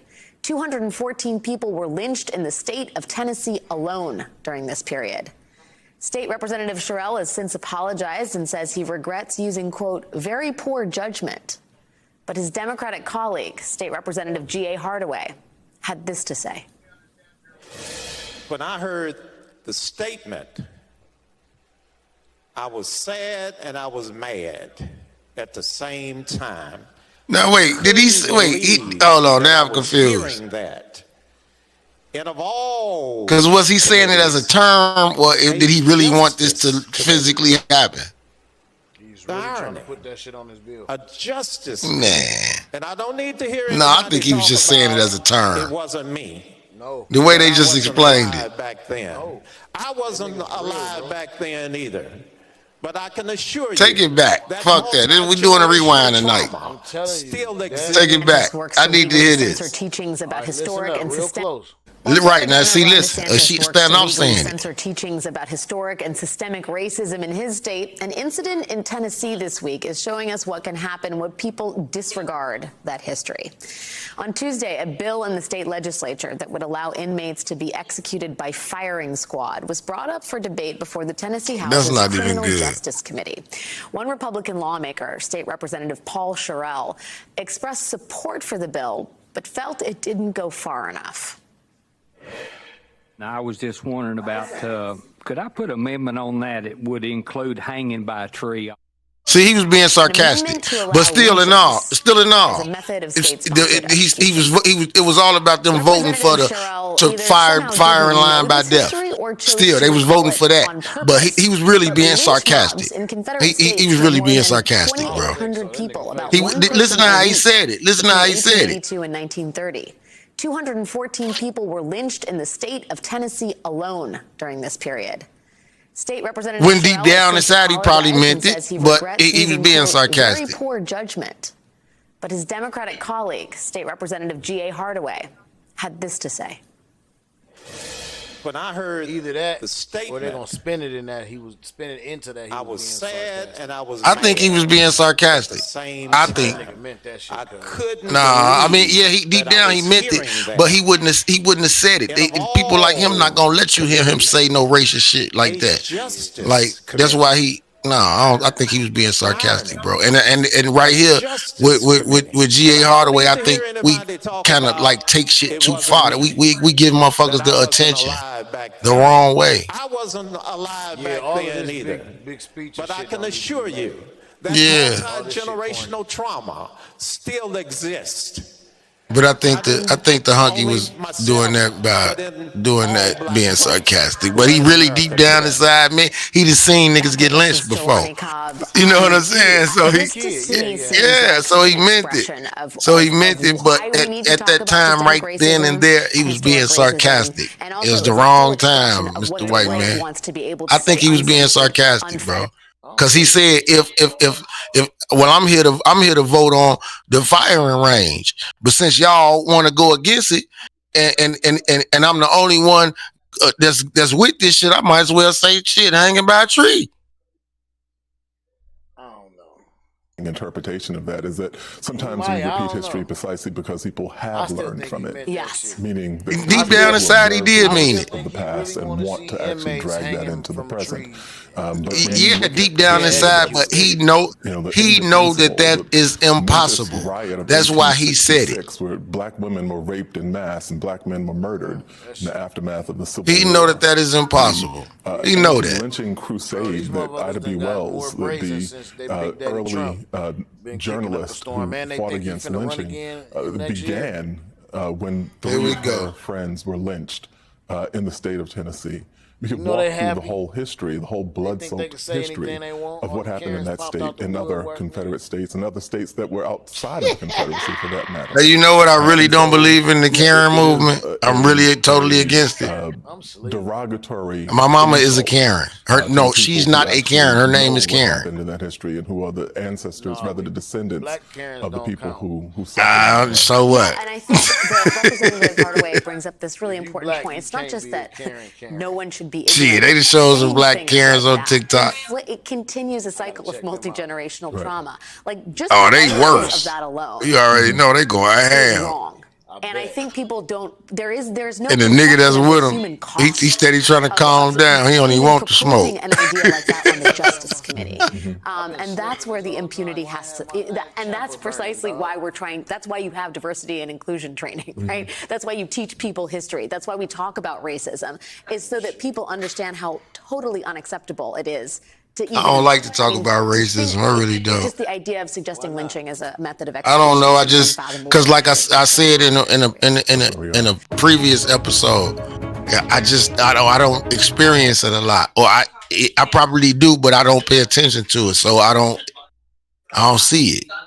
You know why you don't experience it a lot? Because we older and we come from an era where. And we come from an era where we had to navigate around it because it was already there. We we grew up, our parents taught us how to navigate around that shit and how to not be in the present. Confrontational. Right, and how to not be, but see now it's weak if you don't confront a motherfucker for disrespecting you or for trying to get one over on you or whatever. It's like if you don't confront a motherfucker with an attitude, you consider weak or some shit like that. And it's like corny, like, you know what I'm saying, for real, because sometimes you gotta pick your battles. You know what I'm saying? It's okay. That's what I'm saying. Exactly. I'm not saying people should just not pick your battle, but know how to go into the fight. Yeah, exactly. That's what it is. Exactly. Know what you fighting for. Yeah. Don't just be mad and be fighting just to be fighting. Don't be mad because like the bitch who drove her car through Popeyes because they forgot the biscuits. Like, come on, man. Like, what's that gonna do? Nothing. What's that shit about? Like, that's nothing. That's gonna cause you. That's gonna cause you a whole lot. You gotta pay a lot. You gotta do jail time. You gotta get your life back together. Yep. And who the fuck you think gotta pay for that shit? Just like you said, you gotta pay a lot. You gotta pay a lot. Yeah. You gotta pay for the motherfucking jail shit because you gotta pay when you go to jail. Everybody who went to jail know. Everybody who been in jail, the business system know you gotta pay when you go to jail. Depending on what your motherfucking charge is, that you gotta pay. And on top of that, you gotta pay for all that fucking damage you done caused. Yep. And on top of that, on a personal note, you done wrecked the car your damn self. So now you gotta pay for another car if you want it. Yeah, and your insurance, and if you buying that car, you still owe that fucking debt. They don't give a shit you smack that fucking car into the damn Popeyes. No, you gotta be cool. Like the only times I feel like I done been in racist moments where somebody was racist towards me. I humble myself and I give them the feedback that they're not looking for, and then they change, and then they kind of wreck. Some people could be racist until they figure out you not even know that. Some racist people can fall back from that and be like, "Oh, okay, how you do? I'm sorry, buddy. I didn't mean to bump your car." But if they expecting you to turn up, they want you to act like a nigga. And when you don't, then you fuck them. You got them fucked up. You think you done bowed down, but you really got them fucked up. You really got them fucked up. I done walked up to the gas station door and a white person, I got there first, and I stopped to let him pass, and he opened the door and held it for me. Right. Right. And that happened often. That's just how I carry myself. You say normally motherfuckers don't even expect that shit. No, that's just how I carry myself. Mm-hmm. Yep. It's the vibe you give off. It's what you put out there. It's all. And I'm a real strong believer in that. That's why when people see me, see me out. Like I ain't got no ops. Like I know I'm cool as hell. I don't fuck with nobody, man. I'm cool. Like you know what I'm saying. But I'm a Cancer, so it's another side to that. Like I don't really have no switch. Like I don't have a middle. Like I'm not. No, it's always the same energy with me. Always. It's like I'm cool, or if I'm fucked up and pissed, I'm fucked up. Yeah. Even my ops let me breathe. Yeah. Even my ops let me breathe. That type of shit. So. Not my ops, but you know niggas that I and grew up with that I didn't get along with. Fuck with, yeah, I know, yeah, and they ain't even necessarily ops, like, and I don't even like using that word, like for real. That's some young nigga shit. I don't even really. Yeah, but that's how you explain shit nowadays. It's a short to the point shit. So shout out to the young niggas for that shit cracking. Well, yeah, man, motherfuckers just like you say, know what you fighting for. Know what motherfuckers fighting for, man. Learn how to pick your motherfucking fights, man. Pick the battles, man, because some shit ain't worth it. A lot of shit. And you just going in blind in the motherfucker. You don't even know, man. A lot of times, motherfucker could be cool as a cucumber, nigga. You start with cool as hell, man. It end your fucking life quick. A white person could be having a bad day. Yep. That's it. That's all. And it take you to determine whether or not how you gonna end their day. You see you don't even see they having a bad day. They just got an attitude or whatever. And you swear up and down as racist, but you don't know they could be having a bad day. And if you be like, oh man, that thing gonna be cool, that could turn them totally around and be like, they turn the racist white motherfucker turn around and say, man, I appreciate that. But you don't know because our intentions be so fucked up. Our intentions be so fucked up. Man, I watch I'm a people watcher, bro. I go out, I be out. And I'm not a nigga basher. I'm not an Uncle Tom. I'm not none of that. But we gotta get it together, bro. I ain't exactly, and I ain't even coming from that kind of angle with this shit. I'm just being real with y'all motherfuckers. Yeah. Like y'all attitudes and shit right now is fucked up. And this is the our attitude. This is why mine ain't fucked.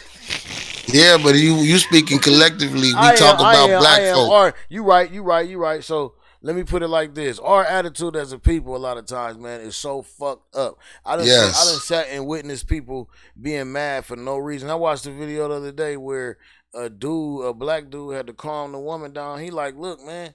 He like, I don't even know you. He like, you mad at me. She almost hit him at the gas station. And he was so like, you say you never seen a black Karen in? That was what. But see, it wasn't like that. This bitch. Because black Karens go overboard, bro. They turn the fuck up. They do their car running through Popeyes, bro. But see, you know what's funny? It's the shit being black men. It's the shit we've seen all our life, though. It is. They jump down your throat. That's what we talking. Yep. That's what we. Hey, you don't want her to get on you. She gonna get on. She gonna cuss your ass out. Yeah. You better leave her alone. She gonna cuss your ass, and that's what we know. That's what we know. Instead of telling her, look, babe, we gonna get ourselves in a lot of trouble up here. You know me, I know you. Let's leave this shit alone. That's what he ended up telling her, basically. Like, you know, my people's always told me not to fight in front of white folks. Hell no. Like Chris Rock say, like, you know what I'm saying? But the dude was telling her that shit on the video, like, we black, like we two black people, we not supposed to be out here carrying on in front of these people. Because that's what they want to see. Like, now you giving them a show. And he was like, I can tell you mad. He was like, I can tell you mad, baby. He was like, I can tell you mad, baby, but it's not at me. He said, whoever hurt you, he was like, it's probably not your fault. He said, it ain't your fault. He said, you just need to, you know, calm down or whatever. He was like, listen, she ended up calming down a little bit. Then the nigga in her came right back.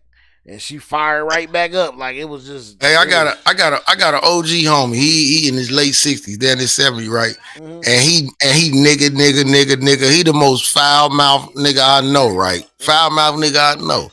But don't ever call him a nigga around a white person. He gonna pull you to the side, and you gonna feel like he ain't your friend. Right, yeah, because he gonna tell you some real shit. Yeah. He gonna tell you some real shit. Because he older, right? You say he down there 70. He like 67. Oh, he definitely gonna tell you some real shit.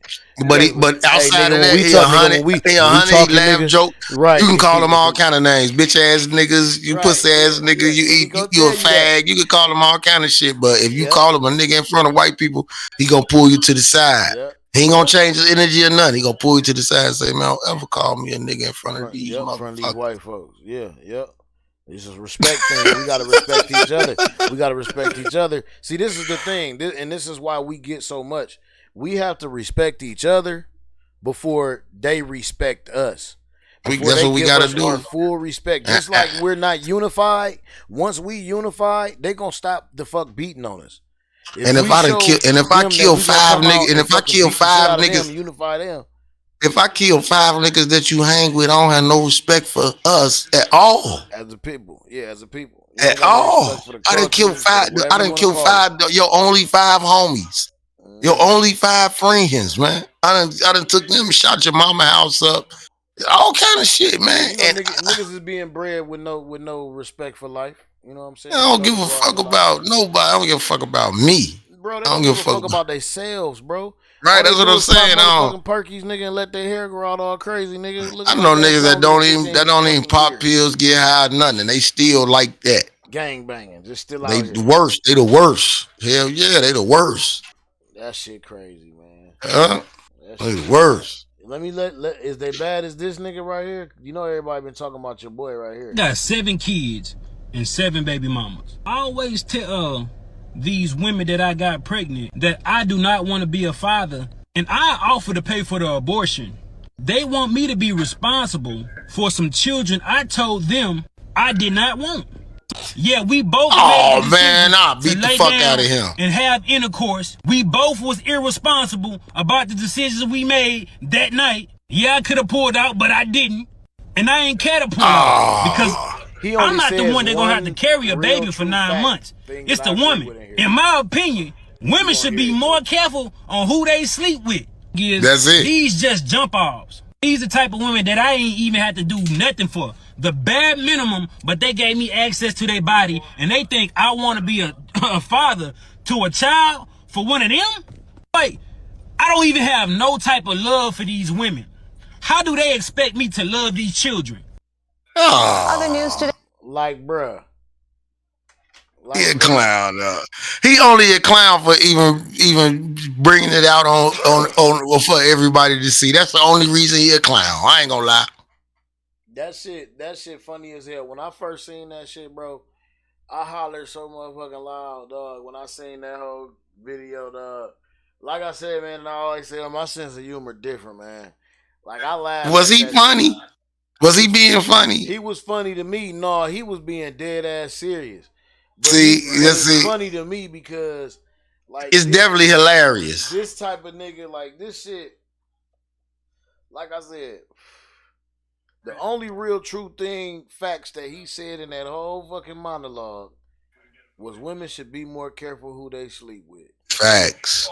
And he tried to drag it on too. Happy National Women's Day to all the women out there. Today? Yep. Oh shit. Happy Women's Day, ladies. She go to sleep. Facts. But yeah, like that's the only thing that I agree with that he said. The rest of that shit was motherfucking bullshit because it take 2 to tango, but shit, as a fucking man, you gotta know how to be responsible. Like you gotta know as a man, bro. She just trying to get me, man. She giving it up too easy. She giving it up too easy. That's what a nigga's supposed to say. Okay, but at the same time, nigga, they make hella rubbers, nigga, hella types, hella kinds. You can get them for free, nigga. Ain't even worth it if you got to think that though. Honestly, man, listen. If you ain't just nail it, just go ahead and do it. If you got time to think, man, is this chick even worth it? Then it ain't worth it, bro. It ain't worth it. If you have to stop and think, it ain't worth it, dog. It ain't worth it, man. Remember the old school niggas. All the old school niggas keep it. What Pac say, nigga? I don't want it if it's easy. Man, if it's easy, man, this hell nah. Like, nah, I'm cool. I'm cool with it. Nah, if it's easy, no, I don't want no church girl. I ain't lying to you, man. That nigga say you don't want one of them, huh? Hell no, they go psycho once they get loose, man. They've been captive for a long time.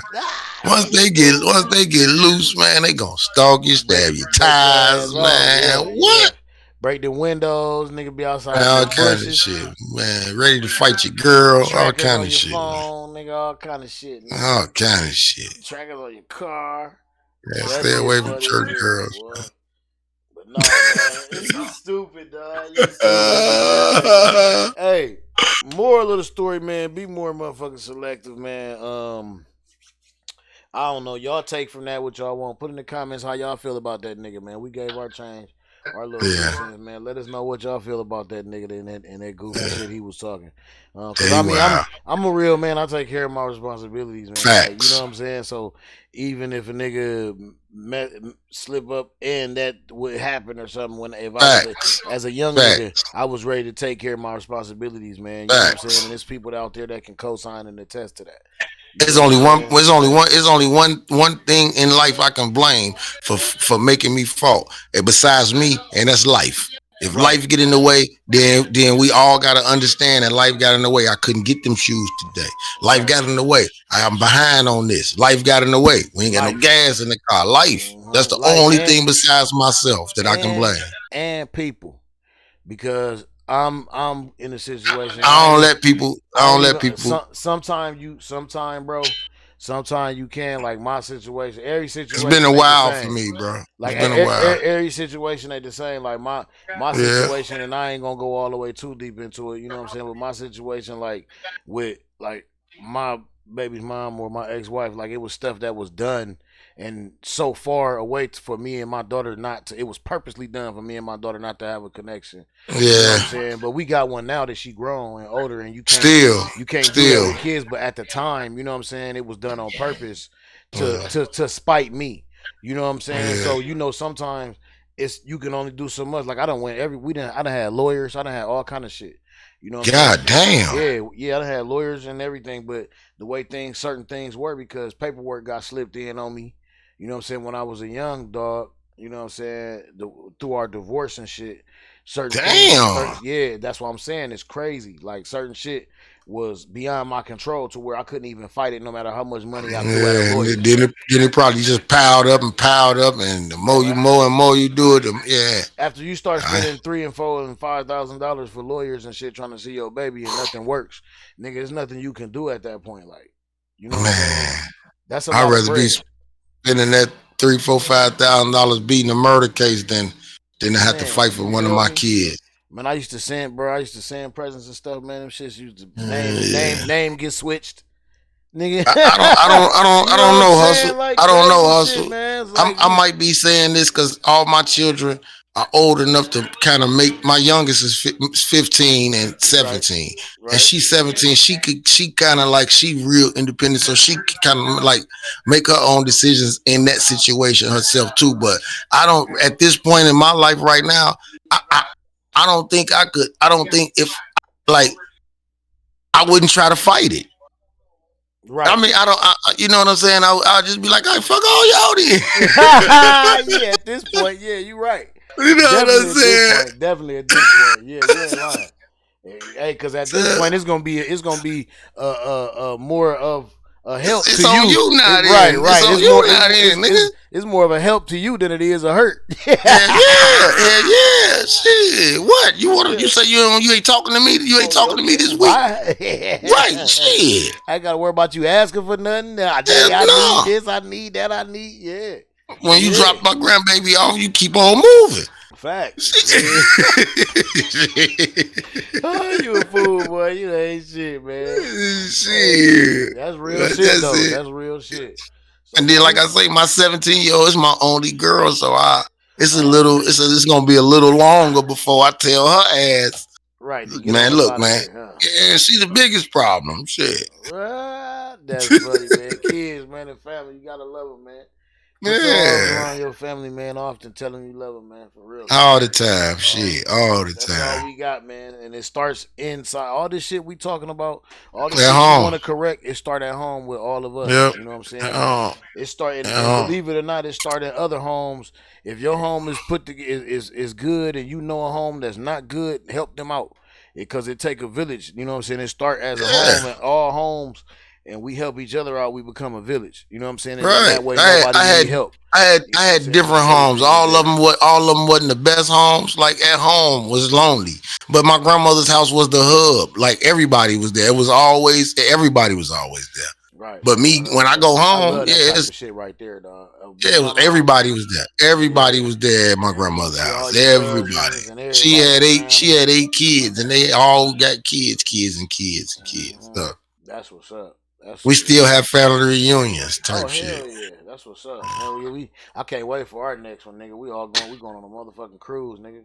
Oh shit, we'll sink the boat, man. We'll sink the boat, man. It's a good 200 of us. There's a lot of heavy girls in my family, man. I'm telling you, big bones, man. Big bones, man. Solid stalkers, man. I'm done, bro. I ain't fooling with you, man. I ain't fooling with you. You got hella jokes, solid nigga. stalkers, man. You got hella jokes, man. Matter of fact, nigga, speaking of jokes, nigga, look, y'all niggas need to check this new Chris Rock out on Netflix. Did you watch it yet? I'll tell you, it's probably the biggest Netflix presentation ever right now at this point. Bet. So check that out. At this point. Check this out. Let's say we're gonna come back to it. Matter of fact, let's discuss it. You've seen it already, right? At this point, this Chris Rock's stand up is Netflix's biggest investment right now. It's probably going. It might slow down, or it might pick up. But at this point, it's the biggest Netflix has ever had. Now, the way I see it, I loved it because of the name, what it's called, what he was getting at, the insinuations he was. Chris Rock is a smart individual. So when you listen to his comedy, a lot of people like to hear nigga comedy, the dumb shit. You're not gonna get that from Chris Rock. You're gonna have to sit. I mean, you can get, you can catch niggas can catch on. You can catch. Hey, this man is a real Richard Pryor, a real Paul Mooney, a real like a real Red Fox. Like he a real black comedian. Yes, bro, a real black comedian, and he's fucking intelligent with it. He's not very smart. One of the smartest. Dumb shit. Matter of fact, he's the smartest today because he one of the oldest. He one of the oldest. Like he the smartest today. I think so. I do believe so. Like I love it, bro. So if y'all want to check it out, I don't know. It came out live this past Saturday on Netflix. It's called what is it? Selective Outrage. Yeah. Selective outrage. He was being very woke and selective too. He was being he was on it. He dissected this little stand up man to a T, man. He touched on everything. He touched on the state of today. He touched on everything, man. Y'all just gotta check it out, man. But he overdid Uncle Murda's wrap up. He overdid it. Yeah, he did. He overdid it without saying as many words because Uncle Murda was rapping for 20 minutes. Nah, yeah, we ain't have to say that much. This was only like 35 minutes, right? How long was it? It was about an hour. Was it? It didn't seem that long. But it didn't. It didn't because that's the beauty of it. It kept you so in with it. You know what I'm saying? Especially if you following along with the nigga. Yeah. And you going where he going. And every time he dropped a little rapper shit in, I was right in the car with him. I said, oh, nigga, you building it up. Every time he turn around and say, I don't need another rapper mad at me. And even the expectation of the Will Smith comments, he overdid it. I knew he was gonna come out there and smoke Will and Jada. I knew this. Yes, me but too. not the way he did, man. Come on, man. Right. I had no idea. Like I seen parts, but I had no idea he was getting ready to go this fucking hard and this fucking dope. Nah, and he went right in, bro. He went right in. Man. He went right in. He didn't beat around the bush. None of that shit. Did not, and he explained the whole situation to the fucking T. Yeah.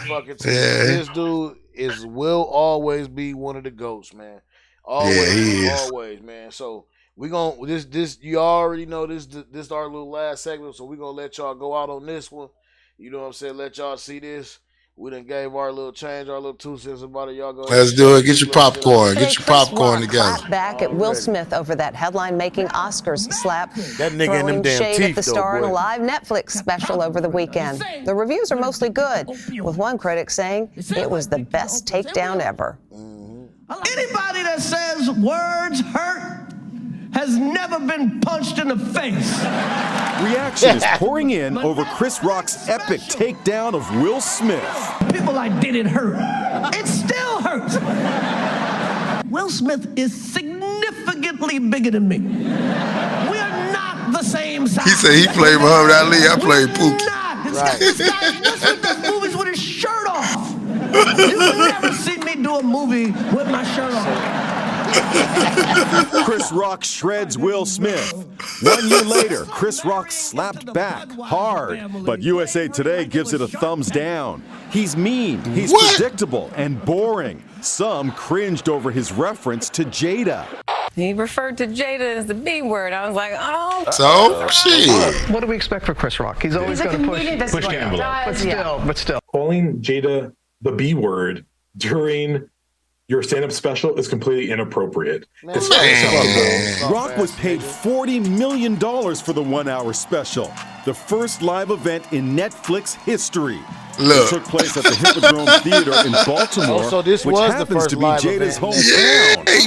hometown. He made Netflix history in numerous ways. I didn't have any entanglements. She hurt him way more than he hurt me, okay? Rock was referring to Jada Pinkett Smith's public admission that she cheated on her husband, calling it an entanglement. And he was slapped over misplaced anger. Everybody called him a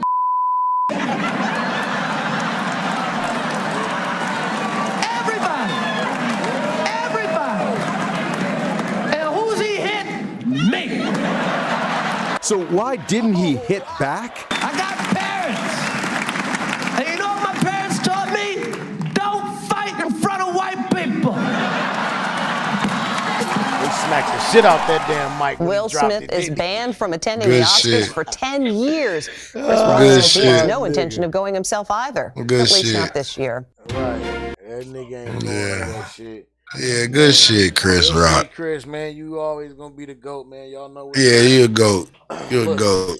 Definitely. So before we get out of here, man, one more thing I want to address, man. I've been seeing a couple people, a lot of my folks on my timeline, man, my people, man, my guy Eric Brazil, my guy Dez,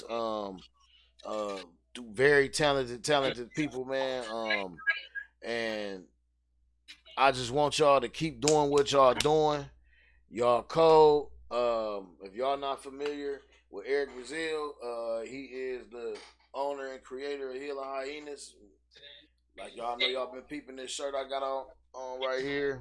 Y'all can catch him. Y'all can catch him at The Healing Hyenas.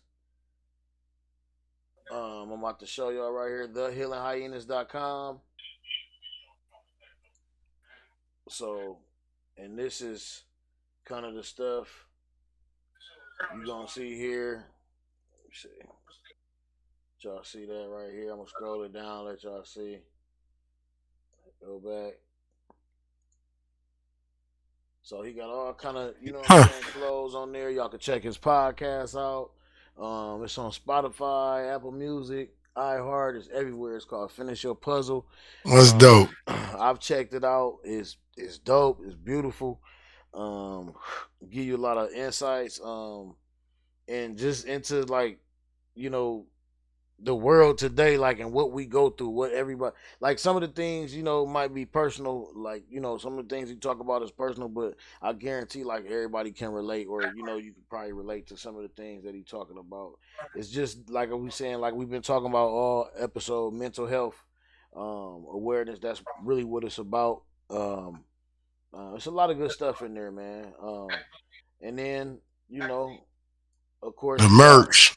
Yeah. Merch. Of course, it look good too. It look good. Oh yeah, it's good. He got some dope stuff. I got some stuff. I'm getting ready to actually cop one of these ones up here. It look good. I'm going to cop some of this stuff. Yeah, one of these. Yep, right here.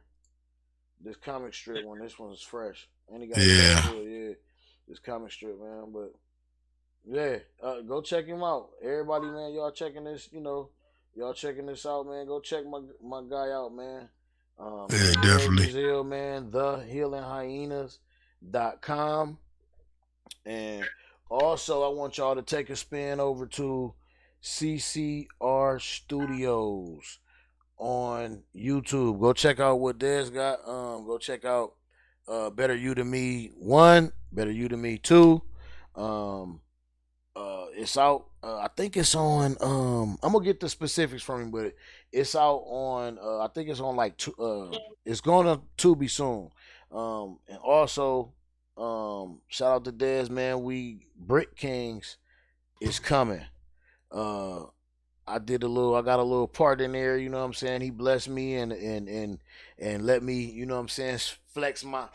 Also getting his acting on. Yeah, man, I had to flex my acting skills one time. Oh, shit. You know what I mean? So slow down, Denzel. Hey, man. Niggas don't know I went to school. Niggas don't know I went to school for that shit out there in Cali. Shit, he breaking out the degrees on y'all ass, man. So I just try to, bring a lot of stuff out, man. But I want to encourage all my brothers, man, to keep doing what they doing, man. We need y'all. We here for y'all. We need y'all, and it is what it is, man. We gonna keep supporting, man, because as long as y'all keep doing what we do, we believe in y'all. Yeah. Other than that, man, I ain't got nothing else going on, man. Shit, I'm still trying to get the wave file for my last single, so I can release that shit. Shout out to DJ Laylo, man. Somebody get in touch with him, man. Tell him to send my wave file. Laylo, what up, man? Laylo, come on, send the files, Laylo. Already, man. But, you know me, still on the same old, man. Working this Shot City role play, man. Doing what I could do, man. Doing as much as I could do. It's coming along. My co-partner's telling me everything is okay. I just don't feel okay. I'm about to say this nigga being modest to y'all, man. Ready, y'all. We ready, y'all. That's what they say. That's what they say. We gonna go with it. You see me advertising, man, all the time, man. If y'all follow me on TikTok and all that shit, man, Instagram, Facebook, man, y'all see we ready. I'm always advertising. I've been streaming more. Y'all gotta come in there, man, and fuck with us, man. We're doing the Shot City RP. Soon as everything get up and running, like we, I guess, not say how we want to, but once we all agree that everything is smooth and going, we're gonna have the merch. We're gonna be doing the giveaways. It's a lot coming with the server. It's a lot coming. Hell yeah! Right now we got the in-game giveaways. Right now we got the copy giveaway with 3 copies of GTA, and we got the $1 million in-game cash when you fly into the city. First 10 citizens. I was supposed to have one come in yesterday morning, but let's go. I was busy and shit, so I didn't even link. Oh, shoot them in. Yeah, so they'll be in, and I'll be getting with them, drop their change off, and then later on, gaming PC giveaway. Yeah, that's coming real soon. I'm putting it together. As soon as I find my case, I'm putting it together, y'all. I'm putting it together for y'all. We're gonna get this shit. Yeah, so that's basically it, man, and just living life, man, enjoying the family, man. That's all I do, man. I heard that, man. It's a beautiful thing to be able to do that, man. For real. Yeah, that's it, man. Staying out the way, man. For real, man. That's some good shit, man. But shit, like we say, man, go ahead and today, happy National Women's Day. You know what I'm saying? To all the women out there, black, white, brown, yellow, Puerto Rican, or Asian, or whatever. Oh shit! Whatever that nigga said. Nah, I'm just playing. Oh y'all, man. You better be just playing, man.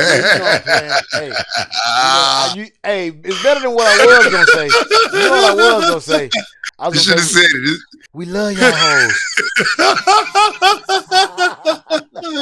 Nah, we love all our women, man. We love y'all, y'all, man. We love y'all, man. All the beautiful, strong black women, man. Everybody. Definitely. All women, period. Women give life. Yeah, for facts. Real. Happy day to y'all, man. We wouldn't be here Facts. without y'all. Nobody can say they would be here without a woman. So, facts. You know what I'm saying? We love not y'all. even that creep. Not even that creep ass nigga from earlier with the 7 baby mamas. Facts. He that can't goofy even ass stand. nigga. He's so goofy. Anyway. All right, man. Yeah, shout out to Chris. Shout out to Chris Rock, man. Yep. Don't be addicted. Don't be addicted to attention. Facts. Don't be addicted to attention. Fuck them likes, nigga. That shit don't mean nothing. Half them motherfuckers on Facebook and wherever you at waiting on you to fail anyway, man. They don't really want nothing. They want to see you flop or they want to have something to talk about because they ain't got shit to do themselves. You know what I'm saying? So each one teach one, grab out and reach one. Motherfucking give somebody a hug, man. Tell somebody you love them, man. And we out this bitch. Peace.